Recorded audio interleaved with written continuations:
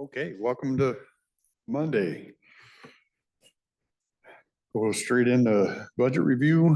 Kathy, go ahead. Okay, Kathy Funknexter, Finance Director. Our first financial that we're going to go over is the coroner's office. And so I'll let Kelly pull that up online.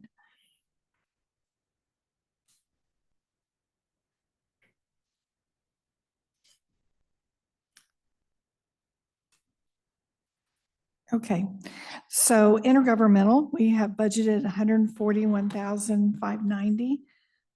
We actually are showing like a negative 316,000. But this is a line where the autopsy reimbursements happen. They happen twice a year. And so the first reimbursement of the year is the first half of the year will happen. This is through August 27th. So those will happen for January through June expenses. It's not showing up here yet. And then the second half of the year will be submitted in 2026 and will be accrued, will be a financial accrual. So on this, the budget also included a grant revenue for the gurney, which was received earlier this year, but it was accrued back to 2024. So because of that, we'll make a budget amendment to reduce the revenue to actually 80,000, which is approximately what we've been receiving for the last several years. Goods and services, we have a budget of 20,000. We've received in $10,512. These are coroner fees that are charged to other counties. And then miscellaneous, we have a budget of 13,000. We've received $2,540. These are for example, we've gotten in $2,300 in rental income for the use of the autopsy suites. And this is a fund that's supported by the general fund, and so our revenues will not equal expenses on this budget. Kathy, did you say that the grant for the gurney is ongoing and we continue to receive No, that? it was a one-time grant, and it was a grant to reimburse us for the cost, part of the cost of that. And we actually received it late in 2024. And we didn't know if we were going to receive it in 24 or 25, so we had budgeted it in 25. So we're going to need to amend that to remove it from the budget. It was about 60, I think 65,000, 63, something like that.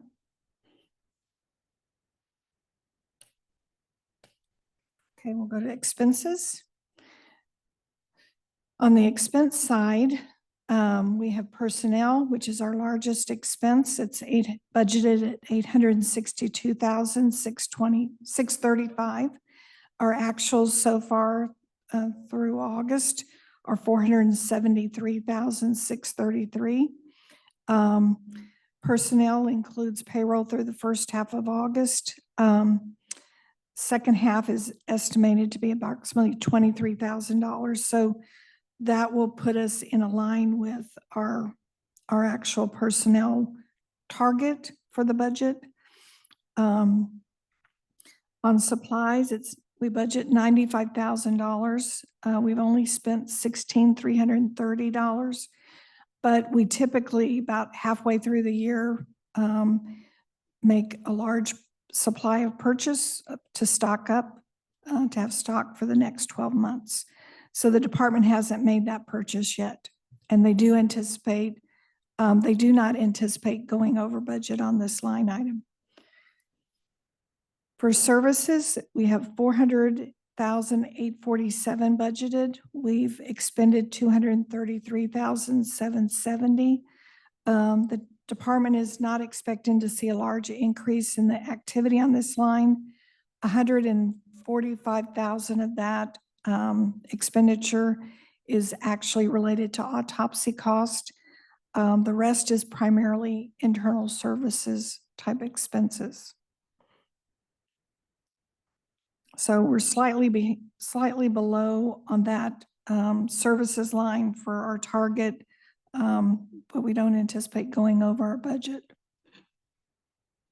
And this department has 7 budgeted positions, and all are filled right now.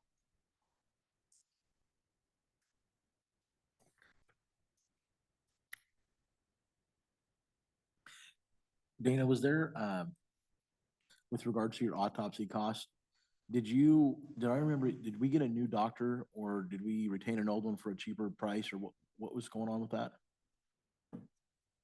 Morning, Commissioners. Dana Tucker, Cowlitz County Coroner.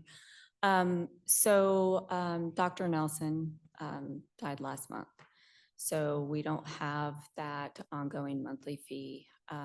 Dr. Luxina is our backup pathologist, and he will continue to serve us in Cowlitz County. I don't anticipate it going over what we've had before.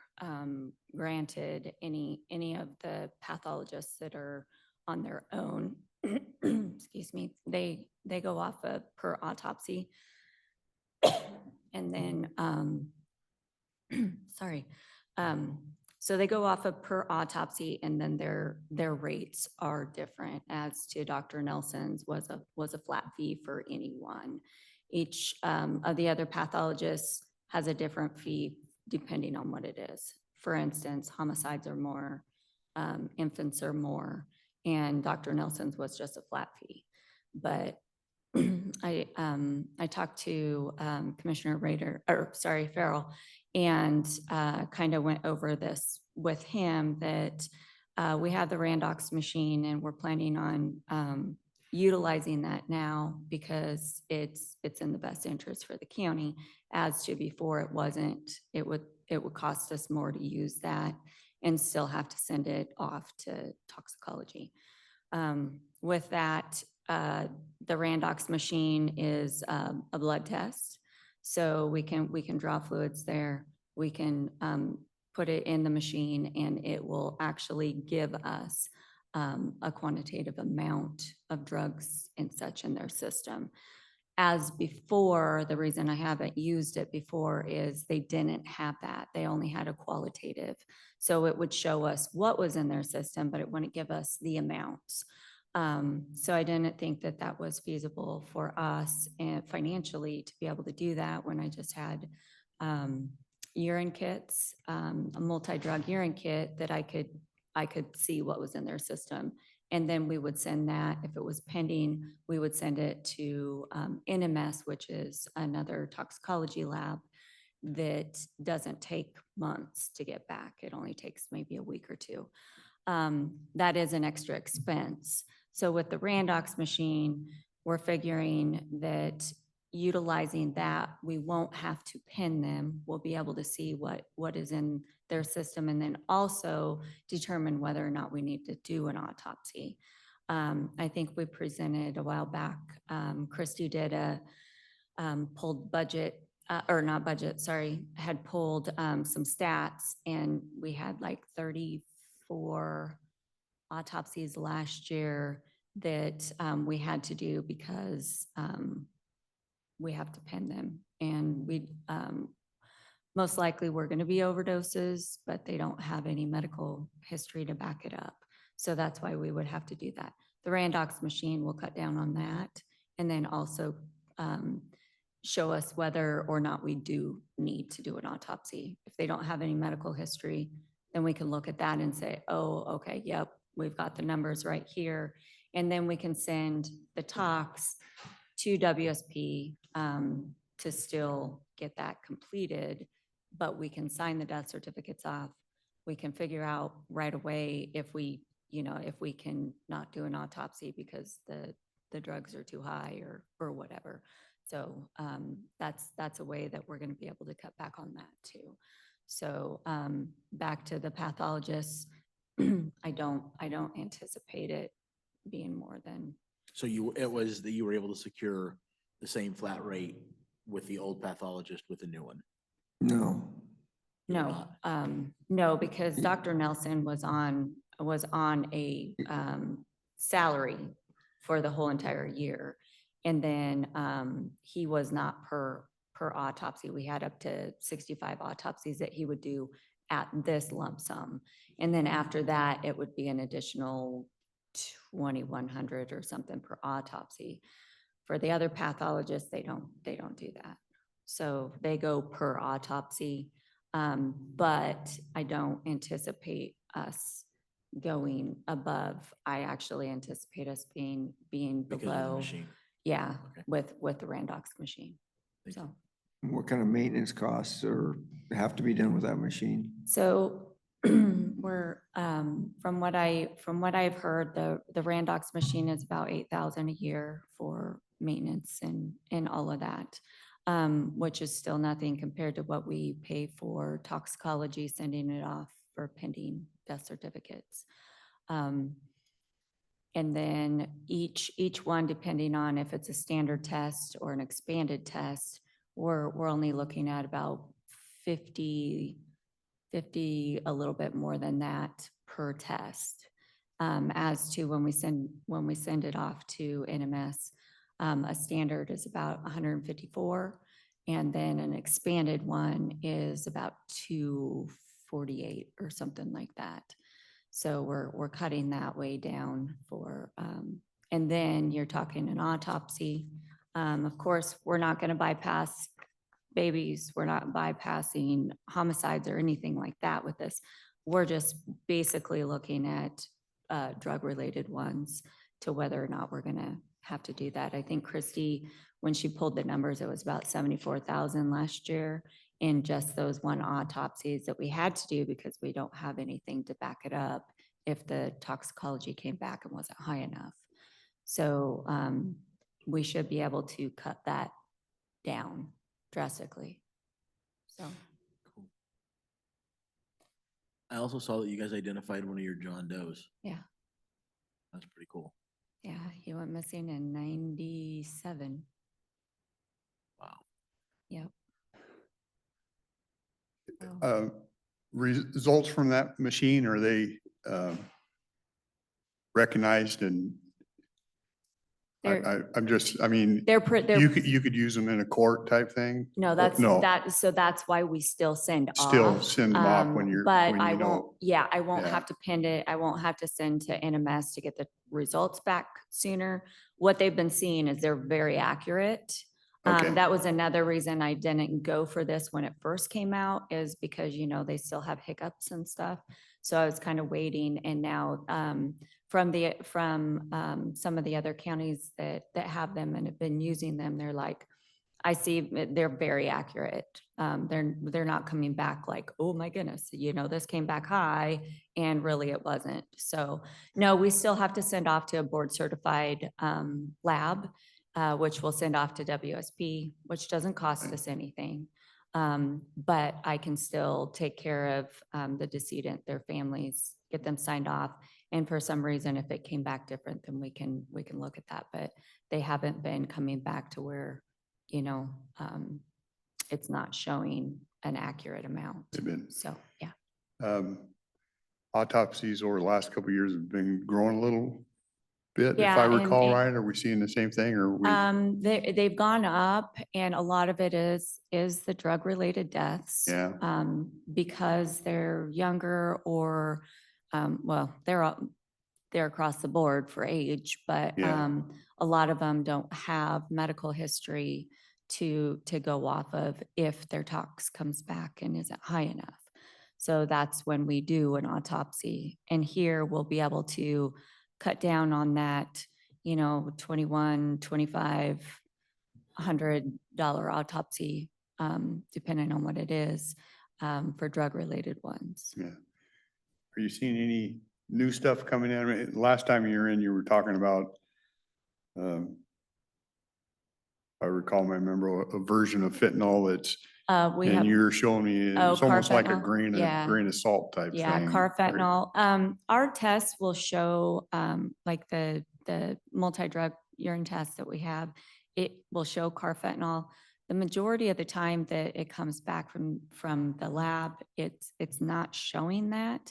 So I don't know why. I don't know if it's just more sensitive or something. Yeah, Fentanyl is mainly the one that we see here. see, Yeah, and still methamphetamines, methadone is the other one that I talked about last Yeah. time, and we do have quite a few of those. And then cocaine again, and Yeah, it's still seeing that. typically I'll a be darned. mixture. yeah, Yeah. okay. What did you say that you guys ran the numbers in based on last year, that machine would have saved you $75,000?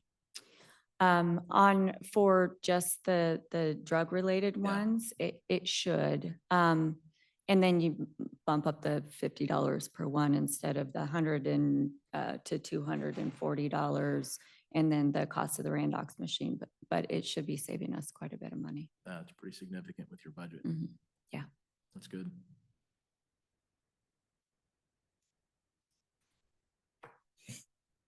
Sorry, I just find it always sad but interesting to listen to what's going on out there. Yeah. Yeah. Okay, Thank you. thanks.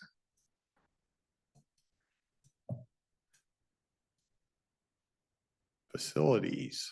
Okay, we're going to do facilities financials. And Sean Rowe is here to also give some operational updates if you need those.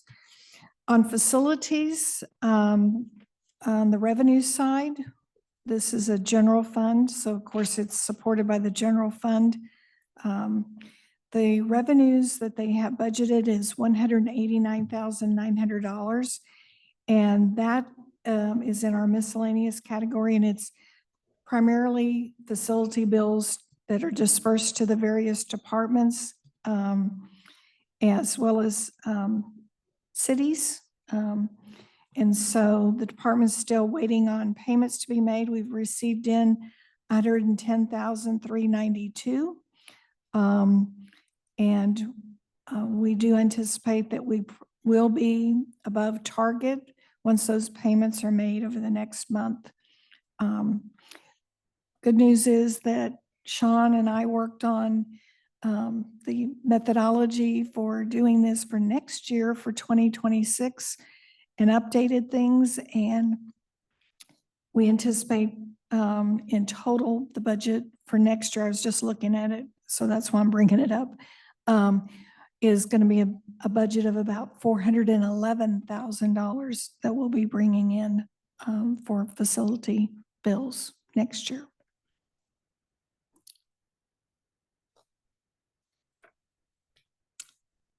Expenses.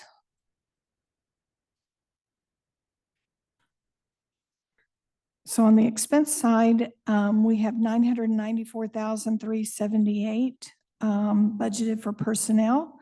Personnel experienced some vacancies during the year, and that's why they're tracking a little bit below target for their personnel expenses. But I believe we're fully staffed right now, which is great. They have a total of 10 budgeted positions, and those are filled. Part of these positions get allocated to capital improvement projects, but the department that owns the positions is facilities. And so actuals are $541,279. On the supply side, we have budgeted $137,500. We've expended a little more than half, and we've expended $83,580. On services, this is by far their largest expenditure line item. It's $2,002,945. We've expended $1,465,000 and $1,465,837. On services, we're exceeding target slightly here, but that's primarily because at the beginning of the year, we have our internal services departments that billed, and that makes up about almost half of that 1,719,000 was paid back in January. And then capital, this is budgeted at 905,000. We've expended 879,896. And this was almost entirely our purchase of our Riverside Suites that settled, last part of August? Last part of August, the closing on that. So that includes Riverside Suites. I have a question on the previous page that I was mulling over in my mind. Did I hear you correctly in saying that you went over methodology and increased the budget 400,000?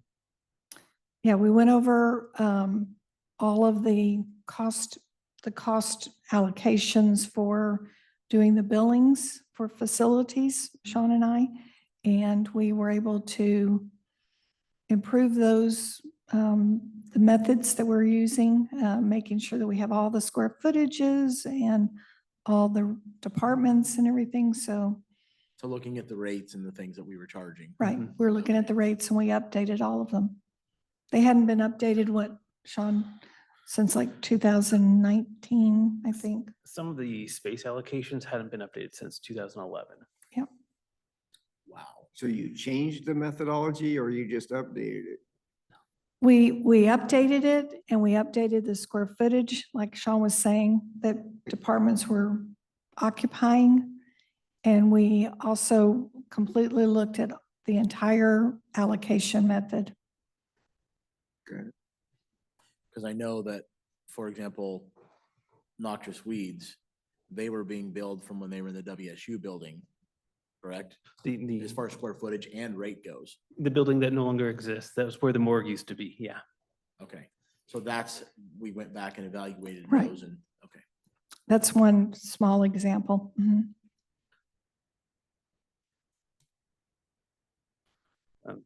Also on just one item to bring up, just so you're aware, utilities at the Hall of Justice also come out of this fund. We did recognize a water meter that may not have been working correctly over there. So we've contacted the city of Kelso on that. They're investigating it. So we may see actual usage of that utility increase if the water meter is corrected. It's been reading a few hundred units of usage. We usually expect a few thousand meters of usage. So we'll see if they can get that corrected. City of Kelso, we owe them money. We might. We'll see what they Yeah. come back with.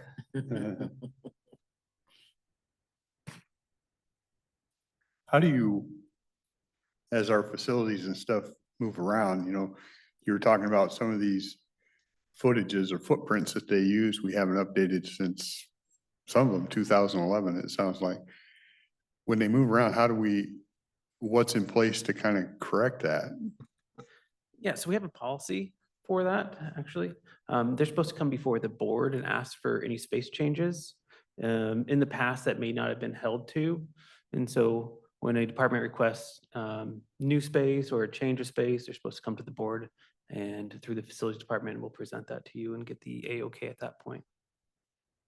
And we haven't done some of that? In the past, it hasn't been held to. That's correct, yeah. No.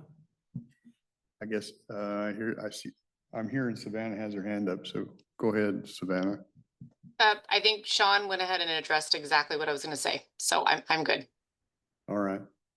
Well, I appreciate you guys doing that because in a lot of cases, if it's been since 2011 and we take somebody's rent from whatever it was and all of a sudden to their current one, it's pretty fiscally irresponsible on our part to take them from 1,400 to 4,000, a month or whatever it is. So I'm glad you're doing that.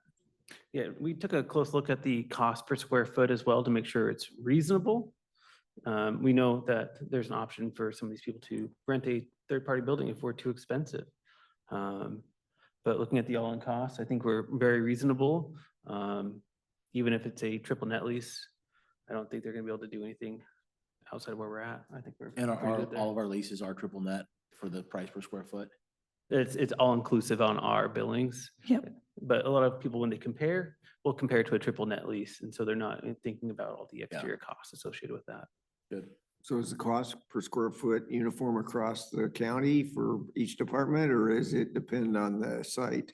No, it's dependent upon the site. So for example, the admin building, we determined that the cost per square foot is like $12.91.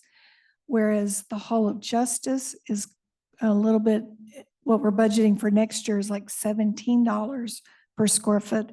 It's a much more costly building to operate, or has been. Let's hope that all of the corrections and things, that improvements that are being done in that building will help with some of the utility costs, for example.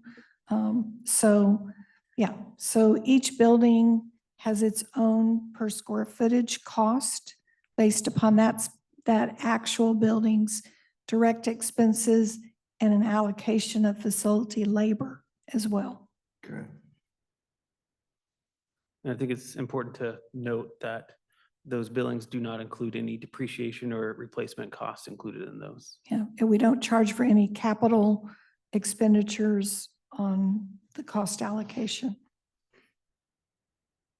Sounds like you're basically heavily weighting it on what it costs to run that place. Yeah. I got to go back a minute because we have a policy that says we're supposed to do this and come to us. How did we, and I get it that some of the commissioners may just say, oh, we don't want to worry about that. They just said, you guys take care of it. They just, I don't know why it would have stopped coming. Yeah, I can't speak to what happened in the past. I think moving forward, though, we're trying to follow the policy and encourage you guys to be involved in those decisions.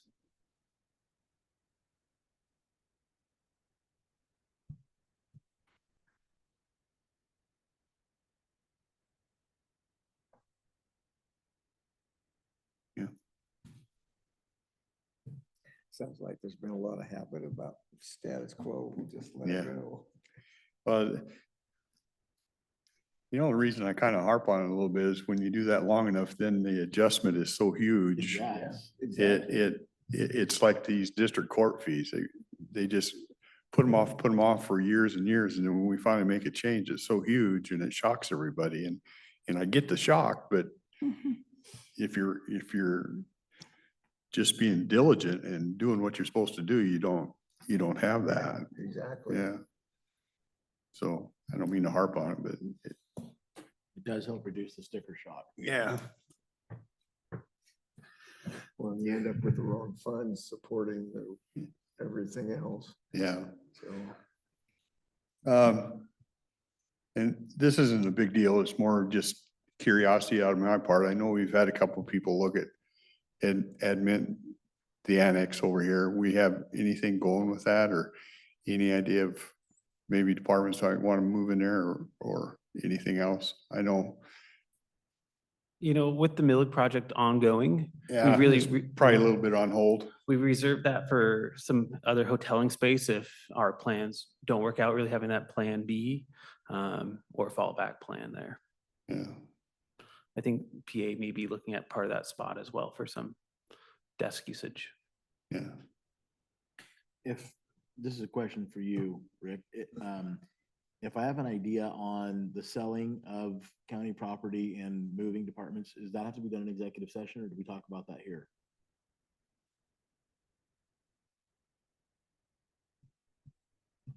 Because I don't want to let a cat out of a bag, if, on Yeah. selling a property, but I don't know. I'd probably have to ask Doug on that, Okay. what he I'll prefers. wait. Yeah. run it by the attorney.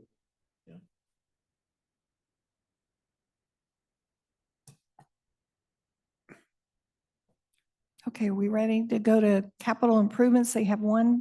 another department, financial, to present.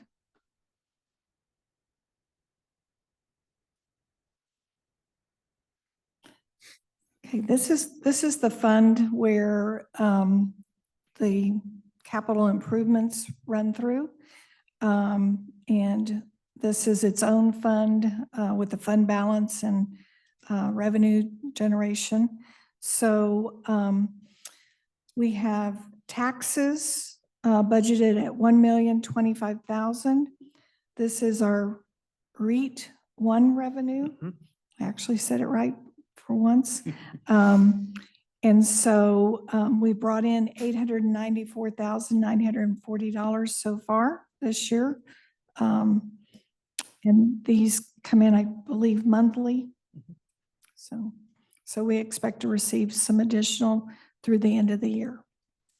Yeah, on the taxes, we did, I think last meeting we talked about it. We had a transfer of ownership on one of the larger companies, so we did have a pretty good windfall on the REIT. The rest of it has been pretty steady with and consistent with prior years. Mhm.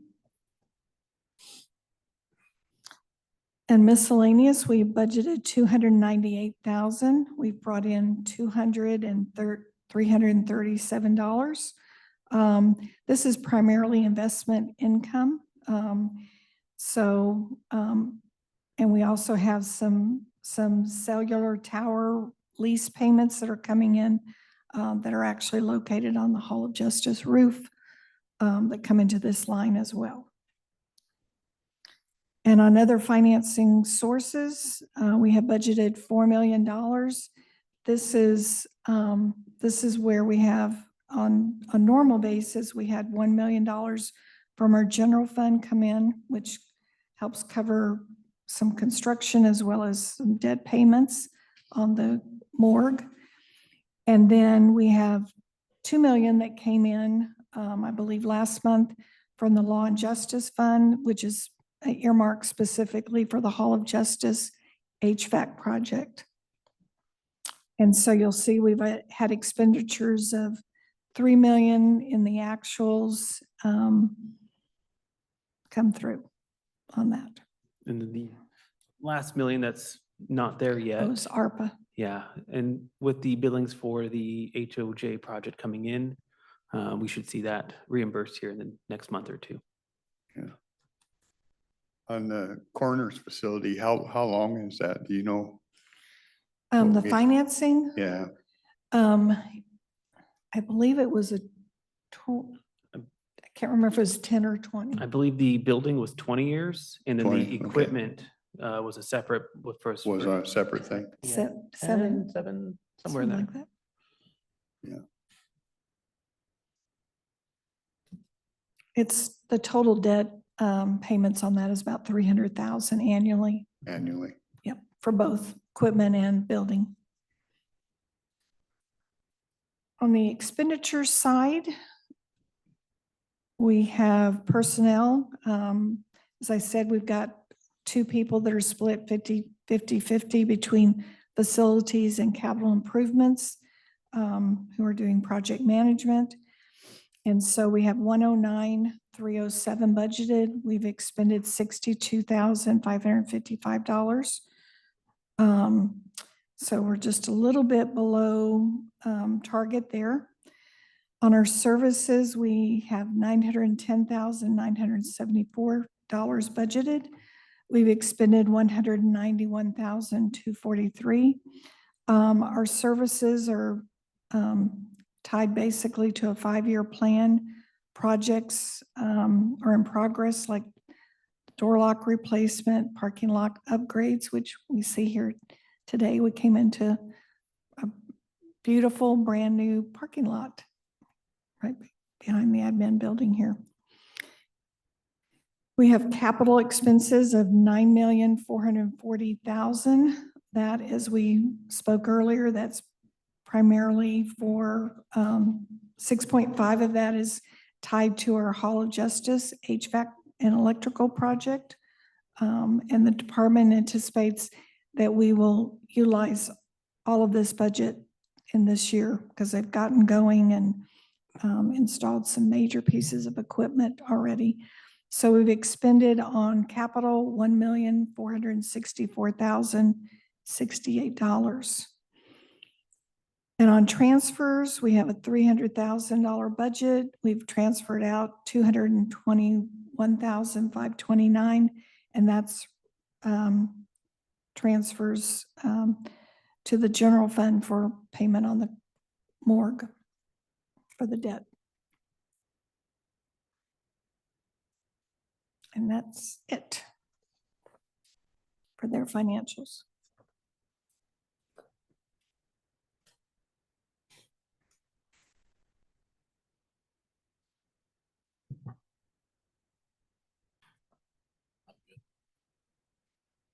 And, we, you know how we talked about, we have a, water system, I think it's in right or whatever, we're setting aside so much for future stuff. Do we do it with our buildings? You've probably answered this for me before. And if we do, how do we, like, how do you, what do you factor in for like this, our new coroner's office? Obviously, you want to start setting something aside, but how do you factor in as to what you're going to charge each building? That's a great question and ongoing discussions we've had. Once we get through all of our deferred maintenance, then we can stop spending and start saving and planning for those futures. You know, Okay. because we did everything so fast and so quick, you know, we're gonna have all these roofs lining up, all these HVACs lining up. So we do need prepared in the 20 years or 15 years as these items start to need the replacement again to have those funds available. And so this fund will kind of shift from doing all this work to reserving for that work in the future. Okay. So just the focus of the fund right now, the focus of the fund is bringing up the deferred maintenance. And then when that's complete, what I'm hearing is we don't really stop that. We keep setting aside for future. So we don't have these big items until a group of three sits up here and steals it. You know, uses it for a cause. That's why I like, it's not stealing. Yeah. Okay. Like for the coroner's office, when the building was built, do we have a life expectancy of the roof when we expect to replace that? Yeah, so the TPO roofs we use are usually between 20 and 25 years. But something can go wrong with them, might be out of warranty, and it could be sooner. Is that just a general number for every roof in the county, or is that? For that type of roof, so all of our roofs now are that system, is that TPO flat roofs. You know, we have a few that are not, such as like the Cougar Cottage down there on the expo grounds. That's an actual asphalt shingle roof. And then some other buildings that are a little bit different. But as those are upgraded, that's usually the standard that these buildings are done to now.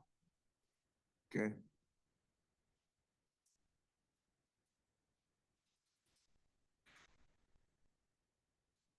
Okay.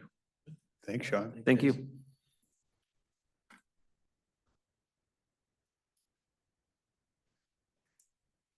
Any miscellaneous? I see.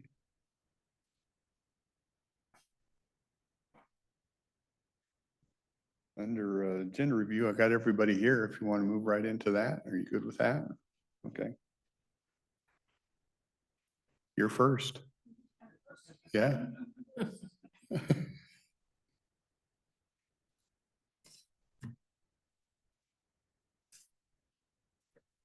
Okay. I actually have 3 items for tomorrow's meeting. And so I'll do the first one that I have in my hand. The first item that I'll have is requesting a public hearing to be held November 25th for purposes of setting the 2026 levy for the general fund and for the road fund. We will have a workshop with you in October, last part of October, to actually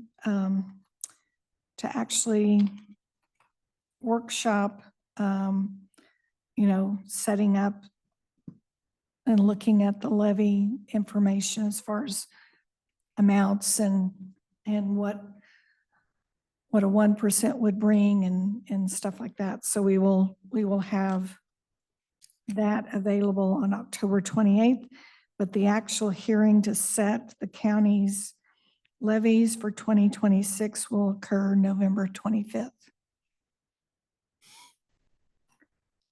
So that's one of the agenda items. Is that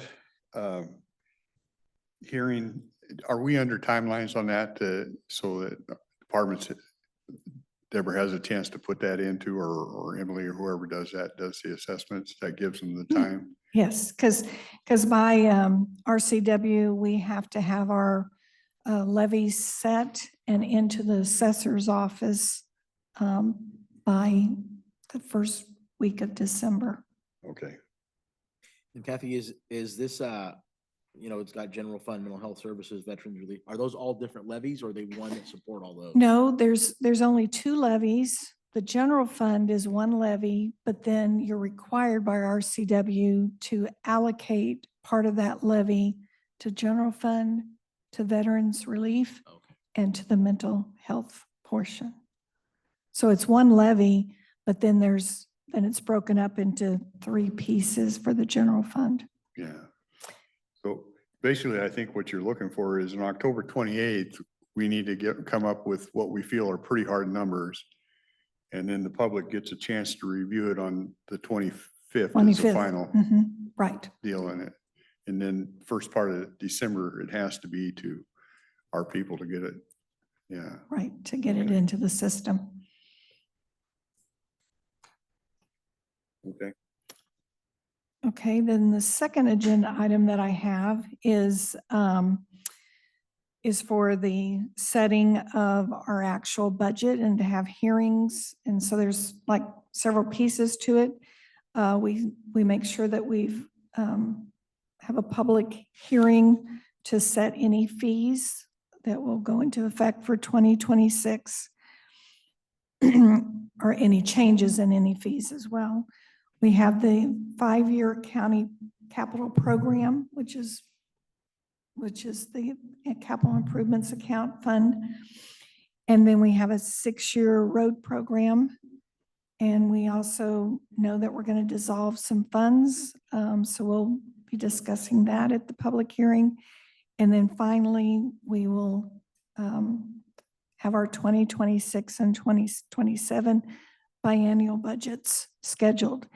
And that will be December the 2nd at 9:45 a.m. And continued if necessary. If at that meeting the budgets are not approved, we can continue if necessary for other dates in December. But I'm hoping it will be not continued, but complete by December the 2nd. So end of this fiscal year, end of December is the drop dead. Yep, you have to, So we according to have- RCW, you have to have an approved budget by the end of December. So it goes into place January 1 Okay. for 2026.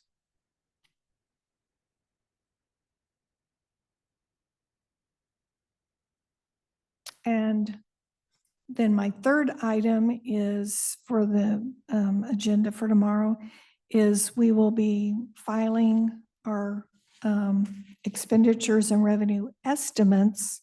These are the preliminary budgets. These are the budgets that all the departments have been working on.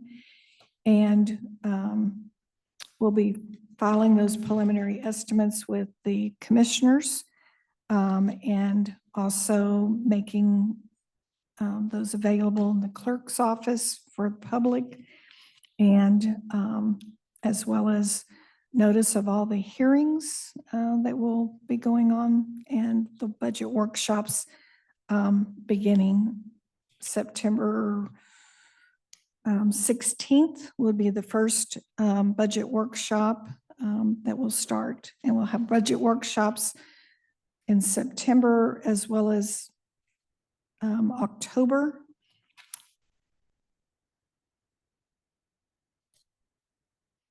And you'll have a chance to, various departments have signed up for sessions to come before the board to discuss their budget request and budget laid out for 26, 27. So after tomorrow, assuming approval of all this, then these numbers, I know you have a preliminary and all that, those Yeah. numbers and dates will be posted in our office, on our website, different places. Yep. Okay. And I think we've already started posting the dates for the workshops out there because there's a lot of them. And so we've already started working on that. I have, I'll be giving you, this is the first year I'll do a summary of the expenditures and revenues so that you'll, we have to file all the expenses by line item, which is pages and pages and My pages goodness. of that. But I'll also provide you a summary of the revenues and expenses so you can see those. I thought I'd have it by now. But Susie's been working on them. We were trying to balance everything. And we'll discuss that based upon the preliminary right now. The ending fund balance that I'm projecting for 2026 is below the amount that we as a policy have for a reserve. We have a policy that says we will have at least 1 month of reserve set aside, which is about 8% of your total revenue. And so what I'm projecting as of right now is about close to $5 million. And in reserve, and we probably need to be closer to about $6 million. That's just to meet what we have in written policy. Right. The Written state policy. auditors will come in and say they'd rather see you at 2 months. Yes, the recommended that from the state auditors is 2 months of reserve, which is about 16% of our revenue. And so those are the things we'll be looking at and working on. Kathy, on the 16th, you have behavioral health tax. Is that just to discuss the allocation of the funding that is left from that tax? Yes, that's to discuss the remaining residual that's left. It's a little over, we anticipate it's going to be a little over $2 million, about $2.6 million. And previous discussions that we've had is that, and this is just to put it on record, exactly where you want that to be allocated in 26 and possibly in 27. So this preliminary budget does not have any positions paid off of the residual of the behavioral health tax, other than 2 positions in the in the jail, the corrections department right now. All other positions have been removed from the budget.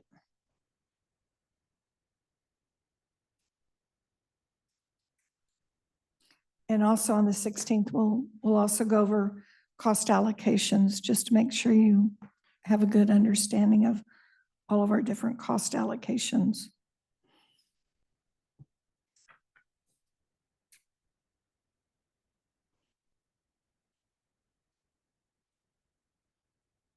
Okay, thank you. Thanks, Kathy. Public Works.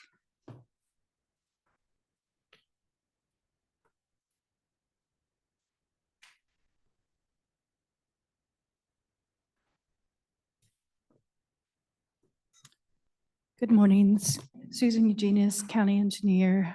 We have multiple items. I'll go over the first and then Sean will finish with the rest.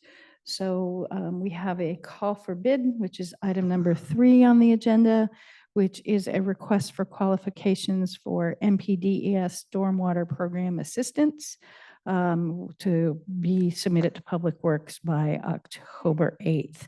We have an existing contract that we have had on successfully been running for our maximum number of years. So it's just time to go out and re-advertise and test the waters of the market. This consultant helps make sure that we stay on track to meet all of the requirements of the MPDS, and they do small projects for us. They make recommendations on code changes that we need and policies to meet the MPDS. So we've been very happy with who we have, but it is time to go out for a new one. So far on the existing contract, we have spent about a quarter of the money that we had set aside for 2 years. So it has been well worth the money with an expert that works with other counties and cities.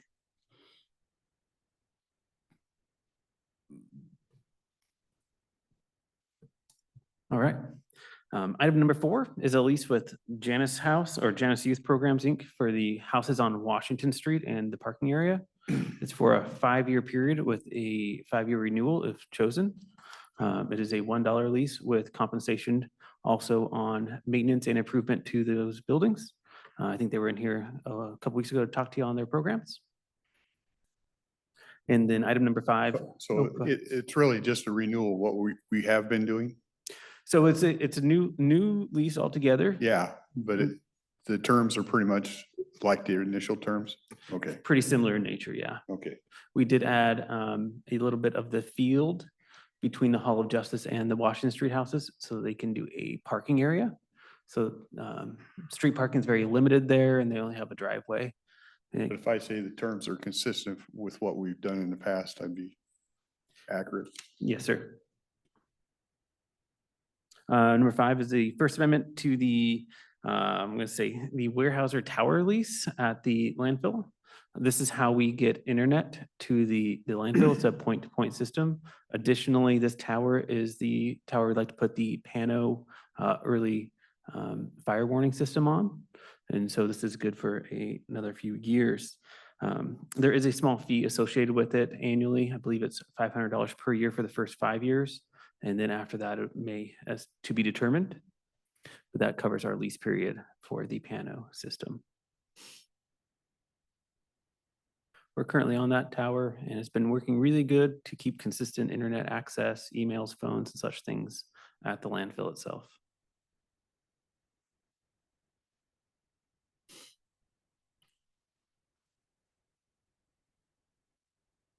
And that's all we have for you today. If there's any questions.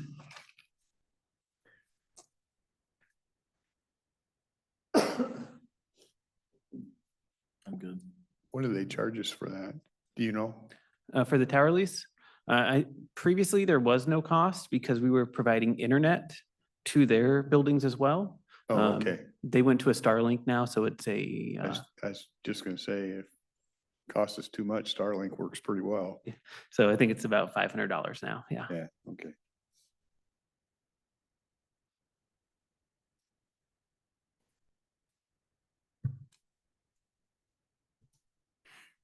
Thank you. Okay, Thank thanks, you. Sean.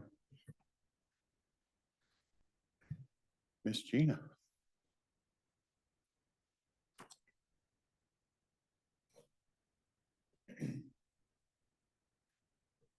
Good morning, Gina James, Health and Human Services. On the agenda tomorrow is an amendment to our contract with Washington State Department of Health. They often will send amendments at the start of the new fiscal year, allocating funding for the new period. So that's what we're seeing in this amendment. This particular amendment is allocating 3 different types of funding. The first is it's called FEPR, Public Health Emergency Preparedness and Response. So they're adding about $44,000 of that funding. We, in the past, have had a full-time position who does some of that work. We are now utilizing existing staff. And so this funding will pay for some of that time to do trainings and work with DEM and do some planning activities with the state and regional partners. We're also seeing our allocation of foundational public health services funding in about $1 million. In years past, it's been about 1.4 million. So we saw a reduction in that funding for this fiscal year. And then we are also seeing about $250 for Peri Hep B work.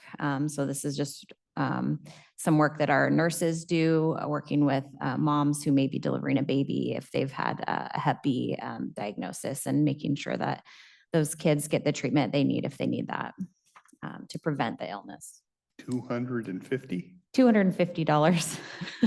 We don't see, unfortunately, we don't see a lot of that. And so that's why it's so small. Well, I guess that's kind of good news, right? Yeah. Yeah. Yes.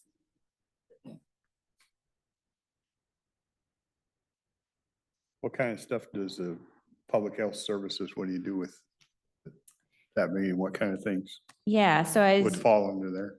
as you recall, we historically have sent some of this funding back because we've not utilized it. This is the one they got all, that we sent 800,000 back or something? Is Yes. that the one they were talking about, right? Yes. Yeah. When- Yes, so we do have a couple of positions that are supported with this work. We also utilize it with to do some of our TB work. We've seen a big increase with that TB cases in the last couple of years. We've also utilized this funding to support some work with the school gardens. Yeah, Yes, we do want to have some more conversation with the board about this funding and how it will get utilized for this year. I think we have our budget workshop either the end of this month or first part of October, and we want to look at that as we're looking at our budget being a little bit tighter for next year. And so we're looking at what funding we have and how we can utilize it the best. So. okay.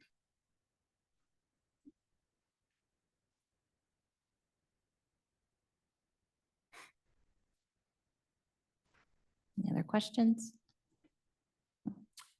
Not regarding this, Gina, but are there any open seats on the task force, the housing task force? Yes, we have 3 openings right now on the task force. We currently have 12 members. It can have up to 15.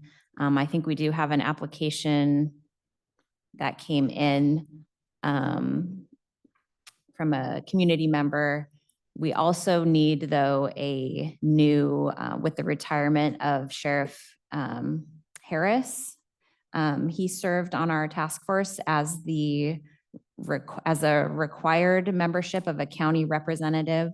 So we do need to find a replacement for that in order to meet that requirement. In the past, the county representative has been Sheriff Harris has been serving in that capacity for a few years. Prior to that, it was someone from building and planning. It could be anyone within the county. It could be a commissioner. It could be myself. It could be anyone that represents the county. So we do need to refill that one. And I have not reached out to have any conversations about who may be interested, but yeah. So as long as we have room to fill that spot, we do have openings for other community members.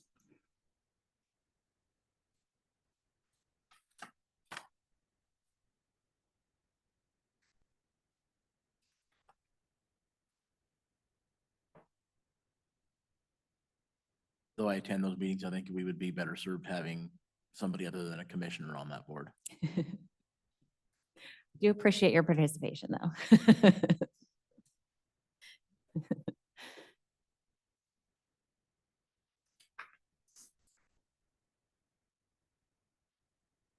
Okay, Okay, thank you. thank you. Thank you.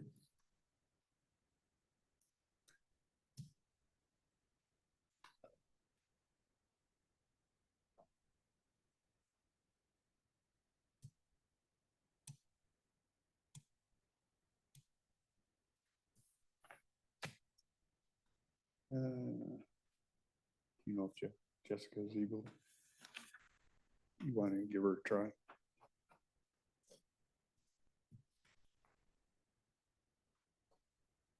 I see this. Anybody familiar with this person? Are you familiar with this person at all? I can give her a call and talk to her. Do you mind reaching out and getting a little bit of history on it? Yeah. Okay.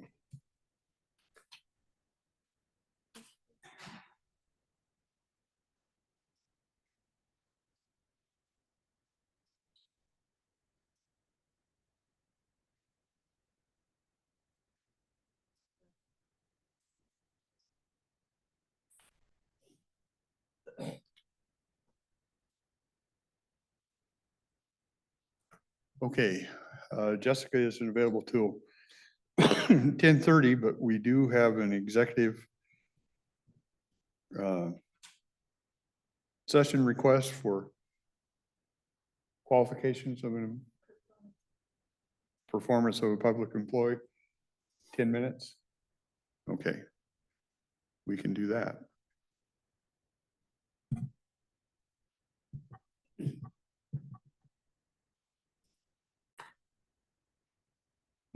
Okay, back from executive session, no decisions rendered. We don't have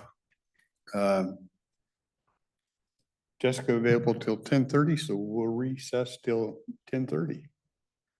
Okay. Okay, back from recess, Jessica.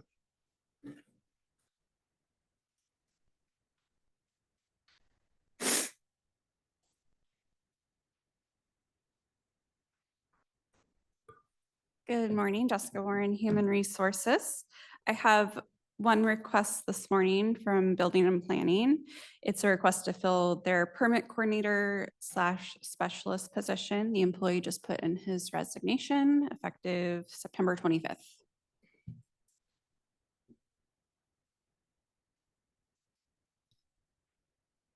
Okay, Okay, thank you. And then I have two executive sessions, one for qualifications of an applicant and then one for collective bargaining. timeframe? Let's do 20 total. 20 for both? Yeah. Okay, we'll go executive session, qualifications of an applicant, collective bargaining, 20 minutes. Okay.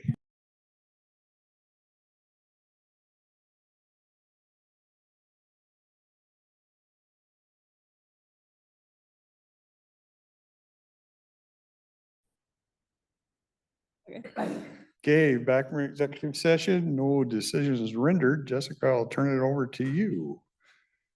Hey, I have an additional request from Risk Management. They're requesting to start their risk analyst applicant at step 6, which is $64.19 a month, as well as 2 weeks vacation preload due to the experience and qualifications that the applicant comes with. Okay, Okay. Thank you. And then from the sheriff's office, they're requesting for overlap for a new deputy. They have a deputy that's retiring in January of 2026. So they'd like to start the new deputy in line with the academy to get them started sooner. Okay. And that's all I have today. Thank you. okay. Thank you. Anything else? Commissioner Rader is going to look at that application for us, so that's good. Any other updates? Going to be a busy month, Yeah, gentlemen. it is. Yeah, I know it, right? Yeah. Okay. We will adjourn. Thank you.